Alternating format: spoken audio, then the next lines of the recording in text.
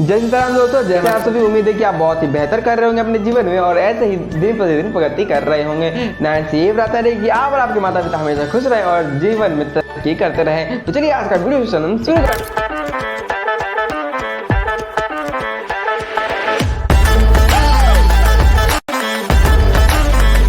तो पहले की आपको पता है कि हमने पहले वाले वीडियोस में मैट्रिसेस को कवर कर लिया है, तो आज के इस वीडियो में हम सेट थ्योरी कवर करने वाले हैं। तो मैं एक इंपॉर्टेंट न्यूज बता दूं कि जो स्टूडेंट्स को रिवीजन वीडियो चाहिए तो मुझे प्लीज कमेंट में जरूर बोलें कि सर हमें सारे चैप्टर्स का रिवीजन वीडियोस चाहिए बिजनेस मैथमेटिक्स एंड स्टैटिस्टिक्स का, क्योंकि हमको 100 आउट ऑफ 100 स्कोर करना है। तो आज मैं बता दूं आज हम क्या क्या टॉपिक्स कवर करने वाले हैं सेट थ्योरी का। तो according to your syllabus of CHSE 2023 यहाँ पर हमको सेट थ्योरी पढ़ना पड़ेगा, सेट थ्योरी के टाइप्स पढ़ने पड़ेंगे और सेट ऑपरेशंस पढ़ने पड़ेंगे। ये तीन चीजें हमको कवर करनी है और जल्दी से हम इसी वीडियो के अंदर खत्म करें। हम पढ़ेंगे सर सेट थ्योरी। क्या है ये सेट थ्योरी? सर सेट का मतलब होता है सर ये well defined collection of things और ऑब्जेक्ट्स को हम क्या कहते हैं? सेट। तो थ्योरी, तो इस चैप्टर में हम क्या पढ़ने वाले हैं कि चीजों का एक कलेक्शन या फिर well defined collection of things के थ्योरी, मतलब उनके बारे में इंफॉर्मेशन हम पढ़ने वाले हैं और वो कैसे कैसे काम करता है और भी बहुत सारी चीजें हम जानेंगे। तो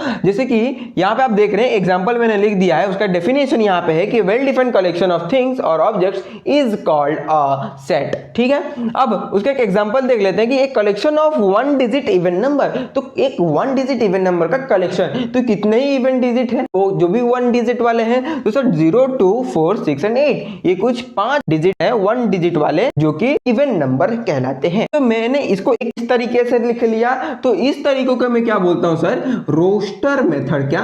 रोस्टर मेथड कहता हूं या फिर मैं इसको न्यूमेरेटिव मेथड कहता हूं।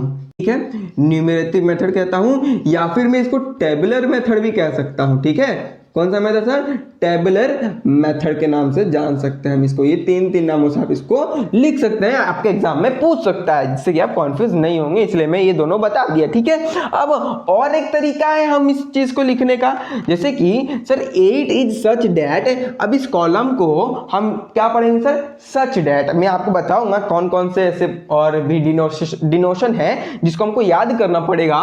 तो 8 को is such that 8 belongs to a set of 1 digit even number. मतलब 8 जो है एक ऐसा तरीके से एक नंबर है जो कि 1 डिजिट इवन नंबर का एक सेट से बिलोंग करता है। समझ में आया कि नहीं? तो इसको मैं ऐसे लिखता हूं, तो आप यहाँ पे नोट कर लीजिए, आपको स्क्रीन पे दिख रहा होगा। अगर आपको कोई भी एक सेट को रिप्रेजेंट करना है तो आप कुछ ये लेटर्स यूज करेंगे, जैसे कि V, N, फाई यूज कर सकते हैं, A, P, कोई भी लेटर आप यहाँ पे अल्फाबेट से चूज करके यूज कर सकते हैं सेट को रिप्रेजेंट करने के लिए। ठीक है, अब वो कंप्लीट हो गया। अब उस सेट को आपको एनक्लोज करना पड़ेगा। कैसे सर? कुछ ब्रैकेट से, जैसे कि यहाँ पे लास्ट 2 ब्रैकेट से मैं कर चुका हूँ और आपको सिर्फ कर्ली ब्रैकेट से ही यूज करना पड़ेगा और दूसरा ब्रैकेट आप यूज कर नहीं सकते। और थर्ड है हमारा सर ये वाला कॉलम। अब कॉलम को जैसे कि मैंने बोला सच डेट, और सच डेट को आप एक कॉलम से डॉट से रिप्रेजेंट कर सकते हैं, डिनोट कर सकते हैं, या फिर एक स्लैश से भी डिनोट कर सकते हैं। ठीक है, अब आते हैं नेक्स्ट बिलोंग्स टू से। तो बिलोंग्स टू को आप ई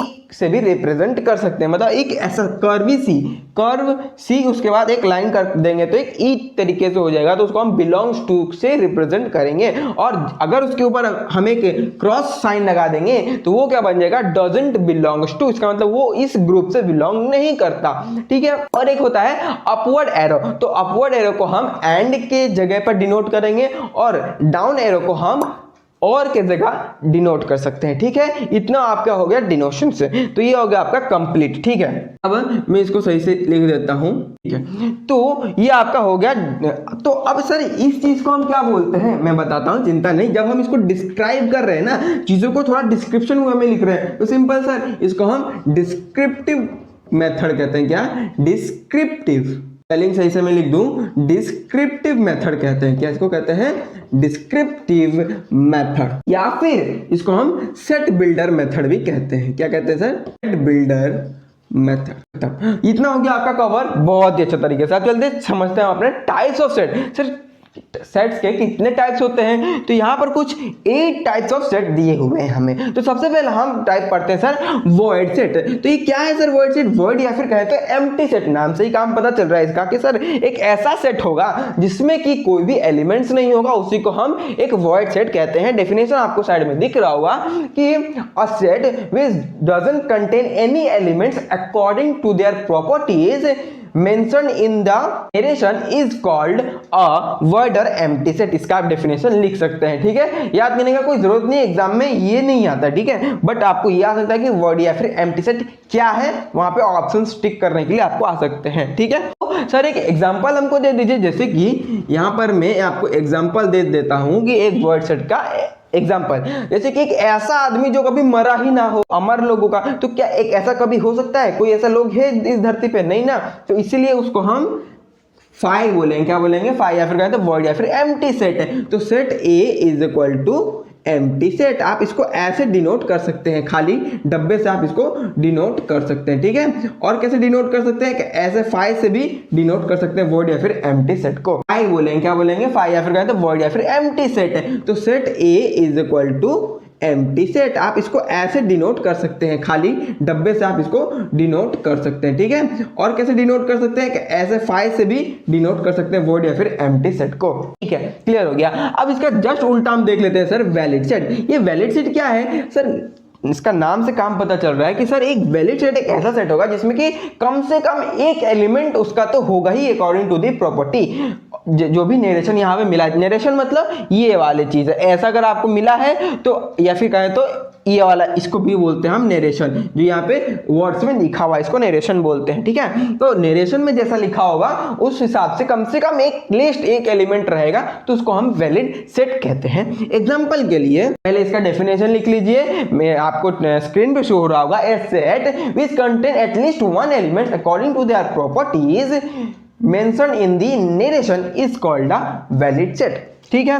एग्जांपल देख लेते हैं कि जैसे कि इंडियाज रिसेंट प्रेसिडेंट 2022-23 के कौन है बताओ? द्रौपदी मुर्मू। तो यही हमारा, मैं यहाँ पर लिख देता हूँ, तो ये हो गया हमारा example of a valid set. और क्या हो सकता है सर? ए सेट ऑफ याद करना, हाँ, ए सेट ऑफ इंडियन यूट्यूबर्स। तो इंडियन यूट्यूबर्स तो बहुत सारे हैं, तो वो भी एक वैलिड सेट हो जाएगा। यहाँ पे आप बहुत सारे लोगों का नाम लिख सकते हैं, तो भी एक वैलिड सेट हो जाएगा, कोई चिंता की बात है नहीं, ठीक है। अब आप समझ गए वैलिड सेट। अब चलता हूँ फाइनाइट सेट की तरफ। ये क्या है फाइनाइट सेट? ये थर्ड नंबर सेट है। फाइनाइट सेट मतलब सर एक ऐसा सेट होगा जहां पर फाइनाइट नंबर ऑफ एलिमेंट्स ही रहेंगे, मतलब फिक्स नंबर ऑफ एलिमेंट्स उसके नरेशन में रहेंगे जो कि बताए होंगे।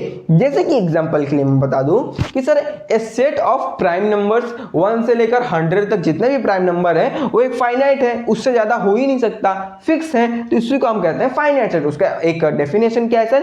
कि a set which contain a finite number of elements in its according to the property और narration is called a finite set. Example के लिए सर मैं ले लेता हूं a set of even number under 23। तो अब देख लेते हैं अंडर 23, तो जैसे कि 0, 2, 4, 6, 8, 10, 12, 14, 16, 18, 20 और ये 22।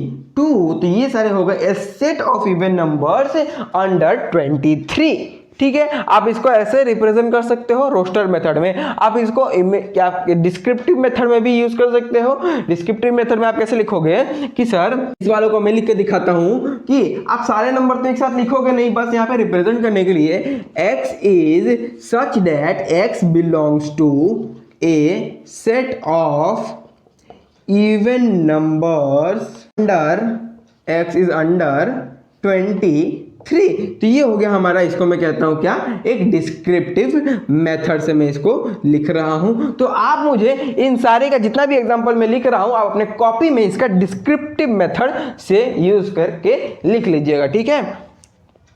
अब फाइनाइट सेट का जस्ट उल्टा इनफाइनाइट सेट। तो इनफाइनाइट सेट सर क्या है? कि set where there are n number of element और countless number of elements in it is called a finite set, ठीक है। मतलब एक ऐसा सेट सर जहां पर उसके जो एलिमेंट्स है वो इनफाइनाइट है, जैसे कि a set of whole number. तो होल नंबर क्या लिमिटेड है? आप खुद देखो 0 1 2 3 4 5 6 7 8 9 10 11 12 14 15 100 1000 10,000 10 लाख 10 करोड़ 10 बिलियन तक जाएगा, लेकिन कभी खत्म नहीं होगा होल नंबर का एक सेट।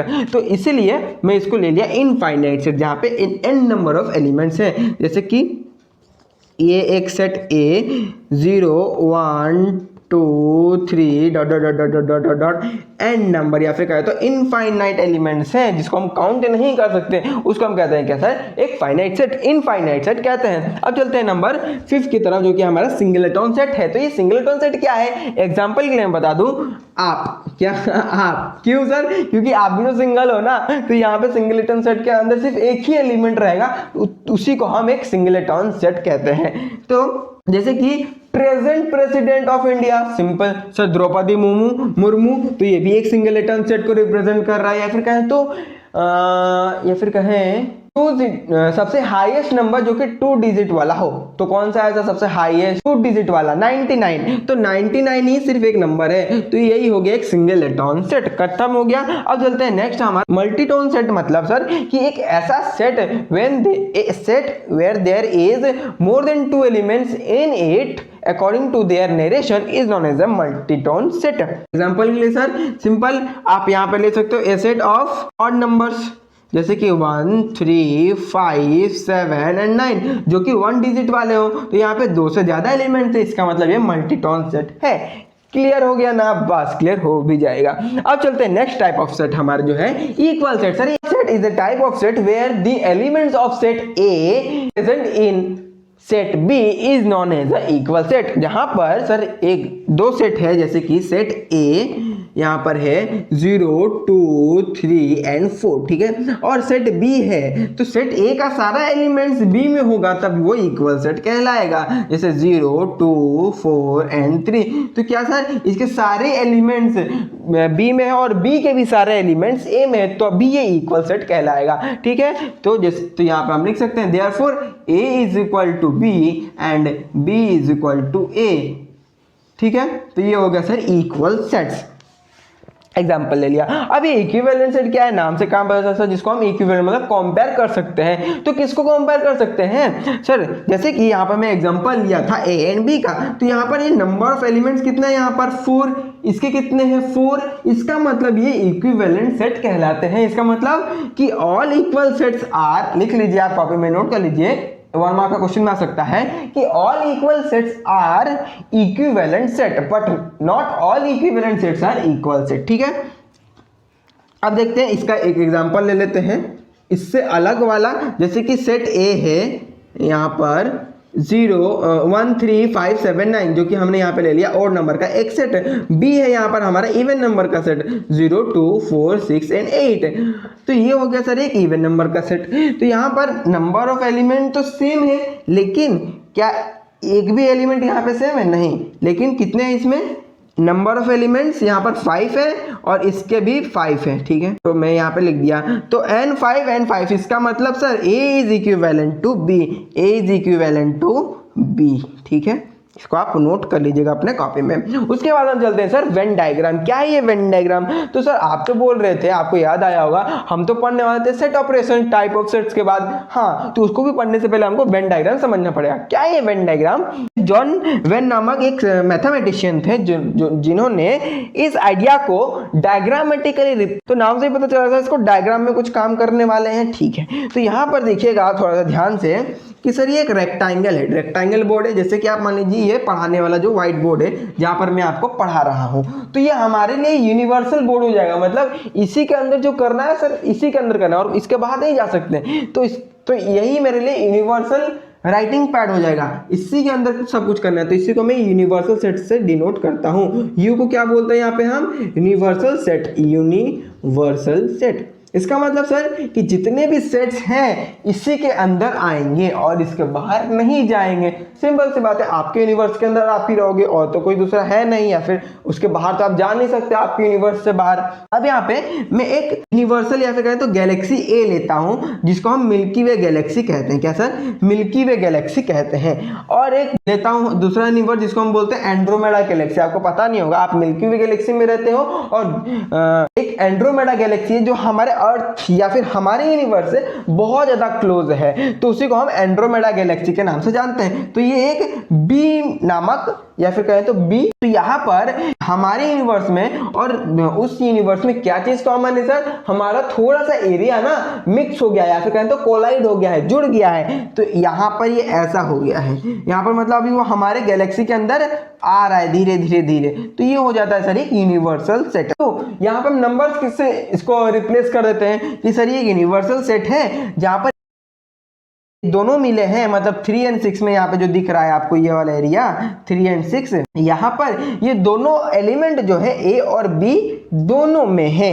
जैसे कि सेट ए में सर 1 2 3 4 5 एंड 6 ये एलिमेंट्स हैं, और सेट बी में भी 3 7 9 6 10 और 11।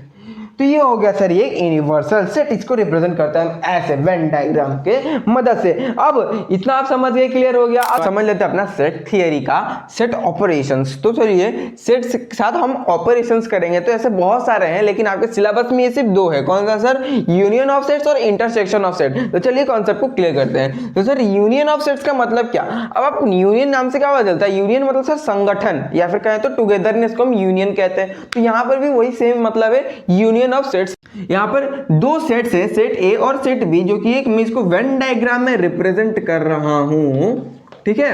वेन डायग्राम में यूनियन ऑफ सेट्स का यही रिप्रेजेंटेशन है। क्या सर, सेट ए और बी के सारे एलिमेंट्स, मान लीजिए सारे dot dot dot dot elements है, ठीक है, सारे एलिमेंट्स हैं इसमें, और इसके सारे एलिमेंट्स को ना हम लिख देते हैं या फिर एक साथ लिख देते हैं, उसी को हम यूनियन ऑफ सेट्स कहते हैं। तो इसका मतलब कि सेट ए में 1 2 3 4 5 6 7 है, इसमें 8 9 10 11 है, तो इसमें जितने सारे एलिमेंट्स है ना, इसको हम जब एक साथ लिख देते हैं सर, उसी को हम यूनियन ऑफ सेट्स कहते हैं। देखिए यहाँ पर एग्जांपल में लिखा हूं, set A 1 2 3 4 5 and set B 4 5 6 7 and 8। तो इसमें जितने सारे एलिमेंट्स है ना सर, एक बार इसमें लिख दो, तो जब हम ए यूनियन बी बोलते हैं, इसका मतलब यूनियन को हम यू से डिनोट करते हैं, ठीक है, ये आप जरूर से जरूर याद रख लीजिएगा। तो ए यूनियन बी जब भी हम बोलते हैं तो उसको क्या क्या उसमें एलिमेंट्स आएंगे सर, पहले तो ए के सारे एलिमेंट्स 1 2 3 4 5, ठीक है, और बी के भी सारे एलिमेंट्स। तो बी के सारे एलिमेंट्स कौन कौन से हैं, 4 5 6 7 और 8। जबकि ध्यान से सुनिएगा, हमने 4 5 ऑलरेडी लिख दिया है, इसके लिए हम 4 5 को दोबारा नहीं लिखेंगे। यही सिंपल सा रूल है, जब भी यूनियन ऑफ सेट्स लिखेंगे, एक नंबर को अगर हम एक बार लिख देते हैं तो दोबारा उसी एलिमेंट को हमको नहीं लिखना, इस बात का ध्यान दीजिएगा। तो मतलब 4 5 हो गया, 6 7 8 लिख देते हैं, तो 6 7 और ये 8 हमने लिख दिया। क्लियर हो गया सर? हाँ, तो ए यूनियन बी मतलब ए और बी के सारे एलिमेंट्स को जब हम लिख देते हैं तो ए यूनियन बी बन जाता है। और एक एग्जांपल अगर आपका क्लियर ना भी हुआ हो तो कोई बात नहीं, और एक एग्जांपल लेके समझ लेते हैं सर। 2 सेट है, सेट ए और सेट बी, जिसमें ए बी सी डी ई है, और सेट बी है जिसमें सी ई जे के और डी है। तो चलिए ए यूनियन बी इसको लिख लेते हैं। A union B is equal to sir A के सारे elements A B C D E, तो लिख दिए ए बी सी डी और ई को लिख दिया। अब बी में कौन कौन से हैं सर, सी ई, तो सी को पहले लिख देते हैं क्योंकि ई तो यहाँ पे हमने लिखा हुआ है, तो सी को लिख देते हैं। अब देखिए सी को भी हम आगे से लिखे हुए हैं, सी बी सी और ई हमने आगे से लिखा हुआ है, तो इसको काट दिए। जे और के लिख देते हैं क्योंकि डी भी यहाँ पे हम और एक बार लिख चुके हैं यहाँ पर, तो दोबारा रिपीट नहीं करना है, तो जे और के को हम यहाँ पर लिख दिए। तो ये हो गया सर ए यूनियन बी। समझ में आ गया? चलिए आगे बढ़ते हैं, properties of union of sets को समझ लेते हैं। तो सर यहाँ पे पहला प्रॉपर्टी है sir, A union B is equal to B union C. क्या? A union B is equal to B union A. यहां पर इस लॉ को हम क्या बोलते हैं sir, commutative law.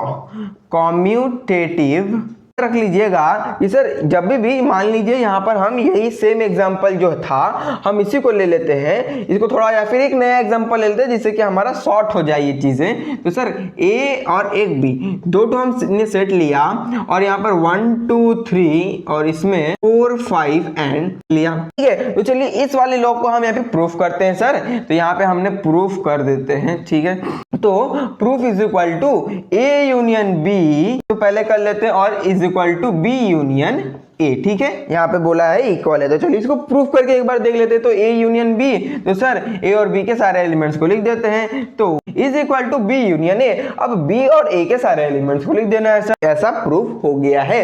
A union B is equal to B union A. इसको हम कहते हैं सर कॉम्यूटेटिव लॉ। जल्दी से नोट डाउन कर लीजिए। ठीक है सर, अब चलते हैं, इसको इरेज कर देता हूं मैं और दूसरा एग्जाम्पल को चलिए सॉल्व कर लेते हैं। तो यहाँ पर देखिए, इसको मैं गमछे को ले लेता हूँ कंधे पे। अब ये देखिए दूसरा लो क्या कहते हैं, यूनियन बी यूनियन सी। सबसे पहले ए यूनियन बी को यूनियन करके फिर सी के साथ करेंगे तो भी वही आंसर आएगा जब हम ए को बाद में करेंगे और बी यूनियन सी को पहले कर देंगे। चलिए एक बार ट्राई करके देख लेते हैं सर कि sir A union B union C, और पहले यहाँ पर ए और बी को पहले करेंगे, उसके बाद सी से यूनियन करेंगे, और यहाँ पर A union B union C, पहले बी और सी को यूनियन करेंगे, फिर से ए को ए के साथ यूनियन करेंगे। ठीक है, तो यूनियन का चलिए देख लेते क्या है सर। ए यूनियन बी कितना होगा, 1 2 3 4 5। यूनियन सी, अब यूनियन विथ 7 इतना हो गया, इज इक्वल टू ए। अब ए कौन सा है, A union with B and C. B and particular set होगा, अब इन दोनों का यूनियन क्या होगा सर, एक साथ लिख देना है सर। यहाँ पर भी वही कि यहाँ पे सारे एलिमेंट्स को एक साथ लिख देना है, इतना ही सिंपल है सर। देखा आपने प्रूफ कैसा हो गया। तो इस लॉ को हम क्या कहते हैं, एसोसिएटिव लॉ। ठीक है, क्लियर हो गया, बहुत ही बढ़िया भैया। अब ये देखो A union A is equal to A, तो यहाँ पर ए क्या दिया हुआ है सर, 1 2 3। तो 1 2 3 यहाँ पे कर लेते हैं 1 2 3 यूनियन 1 2 3। क्या वैल्यू आएगा देखो, जैसे कि आपको पता है जब भी हम यूनियन करते हैं तो रिपीट नहीं करते एलिमेंट्स को, तो यहाँ पर ए यूनियन ए का सिंपल 1 2 एंड 3 आएगा, जो कि हमारे पहले ही वाले के साथ इक्वल है। इसका मतलब क्या कि A union A is equal to A, बस इसी को हम क्या कहते हैं सर, तो या फिर इडम्पोर्टेंट लॉ भी आप इसको कह सकते हैं। क्लियर हो गया। चलिए अब नेक्स्ट समझ लेते हैं अपना लॉ को। सर यहाँ पे और एक लॉ दिया हुआ है, A union five is equal to A. तो सर ये इसको बोलते हैं हम फाइव बोलते हैं। फाइव मतलब सर एम्प्टी या फिर वॉइड सेट, जो कि अपने अभी हमने पढ़ा था। वॉइड सेट मतलब इसमें कोई भी एलिमेंट्स नहीं होते हैं। तो चलिए कर लेते हैं सर कि यहाँ पर ए सेट ए है हमारा और एक एम्प्टी सेट ले लेते हैं इसको। Empty set is equal to ये, ठीक है, मतलब कुछ एलिमेंट ही नहीं है इसमें। तो ए यूनियन फाइव या फिर A union void set is equal to, देख लेते हैं sir, A union five is equal to 1 2 3 union, क्योंकि अब इस सेट में तो कुछ है ही नहीं, तो क्या आएगा सर 1 2 एंड 3 आएगा, जो कि ए के इक्वल है। तो A union five is equal to A. ठीक है, तो इस लॉ को हम क्या कहते हैं सर, आइडेंटिटी लॉ। ठीक है, क्लियर हो गया इतना। अब चलिए नेक्स्ट समझ लेते हैं अपना नेक्स्ट टाइप ऑफ लॉ, जिसको हम कहते हैं सर डिस्ट्रीब्यूटिव लॉ। अभी डिस्ट्रीब्यूटिव लॉ सर बहुत ज्यादा इजी है, समझने का बस देरी है। क्या सर, ए यूनियन बी, फिर ए यूनियन कर रहे हैं किसके साथ, बी इंटरसेक्शन सी के साथ। अभी इंटरसेक्शन क्या है, तो आइडेंटिटी लॉ में क्या होता है, इंटरसेक्शन होता है। अभी इंटरसेक्शन पढ़ना पड़ेगा इसके लिए, नहीं, सिंपल है सर कि जब भी हम बी इंटरसेक्शन सी करेंगे फिर यूनियन करेंगे ए के साथ, तो ये पहला जो ए है मल्टीप्लीकेशन जैसा होगा। क्या कि ए एक बार बी के साथ यूनियन हो जाएगा और एक बार सी के साथ यूनियन हो जाएगा। देखो एक बार बी के साथ यूनियन हुआ, उसके बाद एक बार सी के साथ यूनियन हुआ, और ये एक इंटरसेक्शन एक बार यहाँ पर लग गया।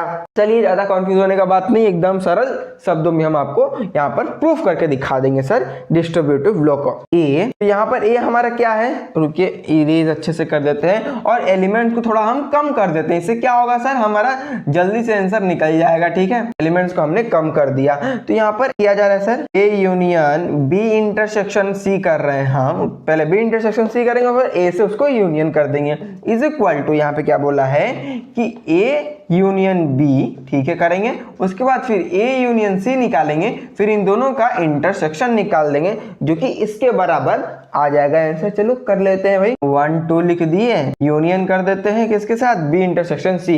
इसका मतलब कि common element of B and C, यहाँ पर common elements of B and C, देखो क्या क्या आएगा सर। अब बी एंड सी में यहाँ पे मैं इसलिए चेंज किया हूं ताकि हमारा क्वेश्चन जो है गलत ना हो। तो यहाँ पर बी इंटरसेक्शन सी, अब इंटरसेक्शन मतलब सर कॉमन एलिमेंट्स। आप देखो बी और सी में कॉमन एलिमेंट्स कौन कौन से हैं सर, 6 है कॉमन एलिमेंट्स, तो उसका इंटरसेक्शन यही आएगा। तो बी और 6 सी का 6 आएगा। ठीक है, इंटरसेक्शन आने वाला है आपका 6, आप उसी को लिखोगे और किसी चीज को नहीं लिखना है, ठीक है। अब इज इक्वल टू, अब A यूनियन B कर लेते हैं पहले, तो फिर इंटरसेक्शन का साइन लगा दिया, फिर A यूनियन C, मतलब A और C के सारे एलिमेंट्स को लिख देना आपका। अब ये देखिए, अब इसको यूनियन करेंगे मतलब इसको एक साथ लिख देंगे 1 2 और 6 को, तो इज इक्वल टू 1 2 3 4 5 6, ये तो A यूनियन B है और यहाँ पर A यूनियन C का है।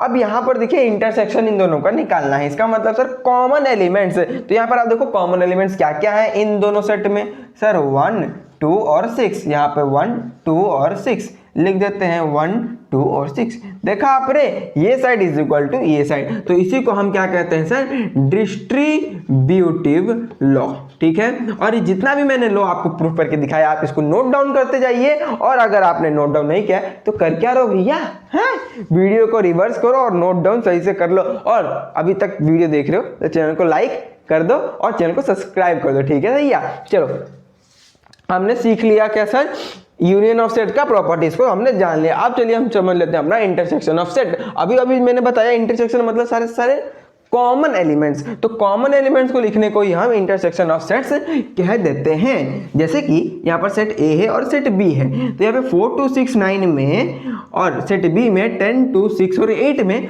कॉमन एलिमेंट कौन कौन से हैं सर, 2 और 6, देखो यहाँ पे 2 और 6 आ गया है, तो ये हमारा इंटरसेक्शन ऑफ सेट्स हो जाएगा। यहाँ पर अगर मैं इसका ग्राफिकल रिप्रेजेंटेशन करूं, मतलब वेन डायग्राम में रिप्रेजेंटेशन करूं, तो ये कुछ ऐसा आ जाएगा, जैसे कि सर 4 2 6 एंड 9 और यहाँ पर 10 और 8, देखो यहाँ पर दोनों में कौन कौन सा कॉमन एलिमेंट्स आ रहा है सर, ये 2, ठीक है, 2 और 6 ये जो हमारा है कॉमन एलिमेंट्स आ रहा है, तो इसको मैं A इंटरसेक्शन अगर B कर रहे हैं हम कभी भी, तो उसका कॉमन एलिमेंट्स को ही लिख देंगे, तो 2 and 6 intersection of A and B है 2 and, क्लियर है। अब चलिए एक नेक्स्ट एग्जांपल और लेते हैं जिससे कि आपको और क्लियर हो जाए, कोई भी डाउट ना रहे सर, ठीक है। 1 2 3 4 5, ठीक है, और यहाँ पर 3 4 5 7 और 8, ठीक है। यहाँ पर A इंटरसेक्शन C क्या, A इंटरसेक्शन B क्या होगा, ध्यान से थोड़ा क्वेश्चन को देख लो और फिर एक साथ मेरे साथ बोलना, बोलो बोलो बोलो, हाँ हाँ हाँ, एकदम ठीक है भैया, तुम्हारा आंसर ठीक है एकदम, मैं जानता हूँ 3 4 एंड 5, बस मेरे स्टूडेंट्स पूरा तेज है, इसमें कोई बताना नहीं पड़ता मेरे को, ठीक है। अब चलिए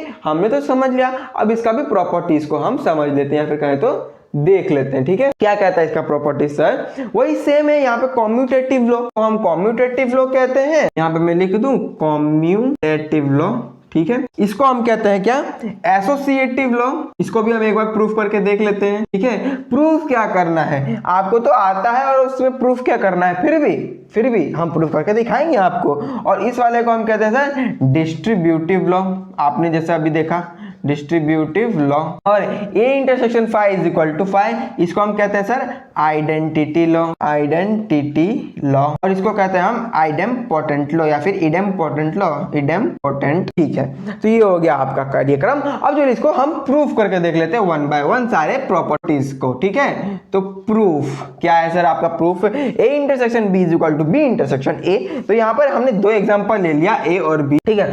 तो यहाँ पर दो एग्जांपल है सर A और B का, तो यहाँ पर A intersection B is equal to B intersection A, ठीक है। A इंटरसेक्शन B का क्या है सर, 3 4 5, 3 4 एंड 5, अब is equal to B intersection A, इसका मतलब B और A में कॉमन एलिमेंट्स कौन कौन से भैया, 3 4 5, तो इज इक्वल टू 3 4 एंड 5, हो गया, प्रूफ हो गया सर पहला वाला कॉम्यूटेटिव लॉ, तो बहुत ही बढ़िया भैया। अब चलिए नेक्स्ट लॉ प्रूफ करके देख लेते हैं, क्या, एसोसिएटिविटी या फिर कहते हैं एसोसिएटिव लॉ को, ठीक है। यहाँ पे सबसे पहले हमको A intersection B intersection C, तो B इंटरसेक्शन C करना है सबसे पहले, यहाँ पर हम लिख देते हैं A intersection B intersection C is equal to A intersection B, उसके बाद इंटरसेक्शन विद C, ठीक है सर। अब A क्या ले है, 1 2 3 4 5, तो 1 2 3 4 एंड 5, ठीक है। उसके बाद इंटरसेक्शन करना है किससे सर, B का क्या है सर, 3 4 5 7 8, तो और C में दोनों में कौन सा है सर इनका इंटरसेक्शन, मतलब कॉमन एलिमेंट, देखो देखो खोजो ये सर, 4 मिल गया, 5 मिल गया और 7 मिल गया, देखो 4 5 एंड 7, तो चलो लिख दो सर 4 5 एंड 7, ठीक है सर, बहुत ही बढ़िया। अब A इंटरसेक्शन B, तो A और B का कॉमन एलिमेंट कौन कौन सा था, 3 4 5, 3 4 5 3 4 5 लिख दिया हमने सर 3 4 एंड 5। उसके बाद इंटरसेक्शन विथ सी क्या है सर 4 5 6 7 9 4 5 6 7 एंड 9। अब चलो कर लेते हैं सर इन दोनों का इंटरसेक्शन, मतलब इन दोनों में कॉमन एलिमेंट कौन कौन सा सर 4 एंड 5। देखो यहाँ पे 4 एंड 5 दिया हुआ है, 4 एंड 5 इज इक्वल टू, अब देखो 3 4 5 और 4 5 6 7 9 में इंटरसेक्शन करना है तो यहाँ पर मतलब कॉमन एलिमेंट 3 4 और यहाँ पे नहीं 3 4 नहीं, यहाँ पे 4 एंड 5, यहाँ पर 4 एंड 5, तो सर 4 एंड 5 लो जी हो गया यहाँ पे एसोसिएटिव लॉ भी प्रूफ। बहुत ही बढ़िया गुरु। अब चलो हम समझ लेते हैं अपना डिस्ट्रीब्यूटिव लॉ। वही से मैं आपको होमवर्क देता हूँ, अभी वीडियो को तुरंत अभी पॉज करो और डिस्ट्रीब्यूटिव लॉ को जल्दी से मेरे को प्रूफ करके बताओ कैसे होगा, ठीक है? जल्दी जल्दी जल्दी जल्दी कर लिए बहुत ही बढ़िया। चलो अब हम थ्योरी हमारा यहीं पे कंप्लीट होता है और हम आने वाले दिनों में जैसे ही हमारा ये मैथमेटिक्स खत्म हो जाता है हम इसका रिवीजन वीडियो लाएंगे जहां पर हम आपको सारे क्वेश्चन आंसर को रिवाइज कर रहे होंगे और हमारा मैथ में 100 आउट ऑफ 100 लाने का एम बना रहेगा। तो वीडियो के साथ बने रहने के लिए बहुत बहुत धन्यवाद और ऐसे ही पढ़ते रहिए, बढ़ते रहिए और हमेशा अच्छा करते रहिए और मैथ में बहुत ही बढ़िया करते रहिए। 100 आउट ऑफ 100 स्कोर करना है और मैं आपको कल या फिर परसों एक नया वीडियो के साथ मिलते हैं जहां पर मैं आपको मैथ प्रिपरेशन के लिए कुछ टिप्स और ट्रिक्स बताऊंगा जिससे कि आप अपने बोर्ड एग्जाम में अच्छा स्कोर कर सको। और अगर आप ज्यादा बोलोगे तो मैं आपके लिए टाइम टेबल भी आपके लिए बना दूंगा, ठीक है? जय हिंद, सीताराम। मिलते हैं आपसे नेक्स्ट वीडियो में। खुश रहिए, आबाद रहिए।